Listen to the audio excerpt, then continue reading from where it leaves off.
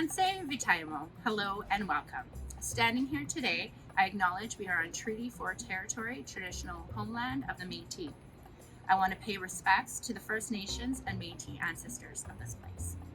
My name is Melanie Monique Rose, and this is my art that I call The Flower People.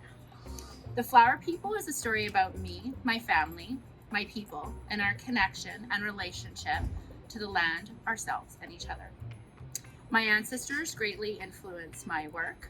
On my father's side, I'm Métis. We're known as the flower beadwork people.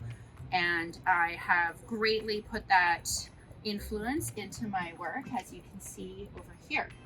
My mother is Ukrainian, and as a child, I grew up as a Ukrainian dancer, and the beautiful floral regalia and flower crowns have also really influenced my work. So both of those two influences really weave themselves together in my work. Today I brought some samples of the work that I'm currently working on. I've been working on this body of work for several years called The Flower People. I use wool blankets. A lot of these are gifts, or else I find them secondhand at thrift stores and that kind of place. Every once in a while I'll buy it. So I use blankets, and I also use wool. My daughter here has this beautiful wool, and the process is called felting. So I do both needle felting and wet felting. I made this capote, which is a blanket that has been turned into a jacket. It's a very traditional piece that I have, I think, made very contemporary, in that traditionally this would have been a great color, the white and black, to almost have camouflage on the plains. You can imagine in the winter time in the snow. However, I've totally flower powered it up and made that my own. So I use blankets as a way to reclaim some of the negative history that we have with blankets. There's an artist, Saskatchewan artist, Bob Boyer, who's a Métis artist, and he, in the 80s, created a piece called A Smallpox Issue. So he was using art as a way to discuss really important issues, such as the intentional infecting or giving blankets that were infected with smallpox to First Nations communities. So that's a really dark history of blankets. However, the act of giving blankets in my community is about honoring someone.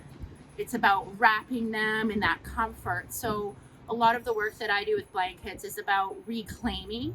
It's also about hope and also joy. I'm also influenced quite a bit by the flower power movement of the 60s and that peace style of resistance as well. So my flower power capote right here.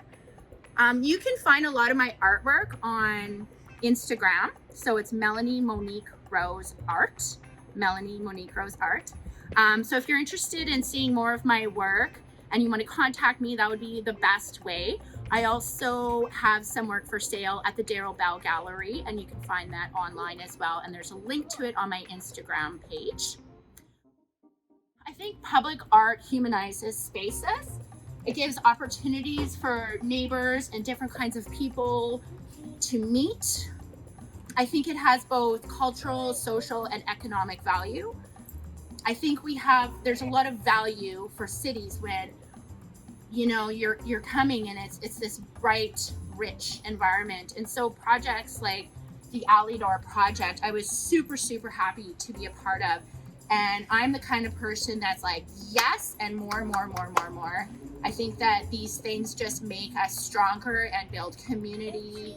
And also it gives us a way to share ideas, maybe even for social change, letting people know about who a Métis woman is, and talking even about issues such as the piece I mentioned about Bob Boyer's smallpox blanket. So this is my daughter here. This is Meadow Rose Medhurst, and she's the reason why I make art now, because she's such a great inspiration to me and to share my story about who I am and my family.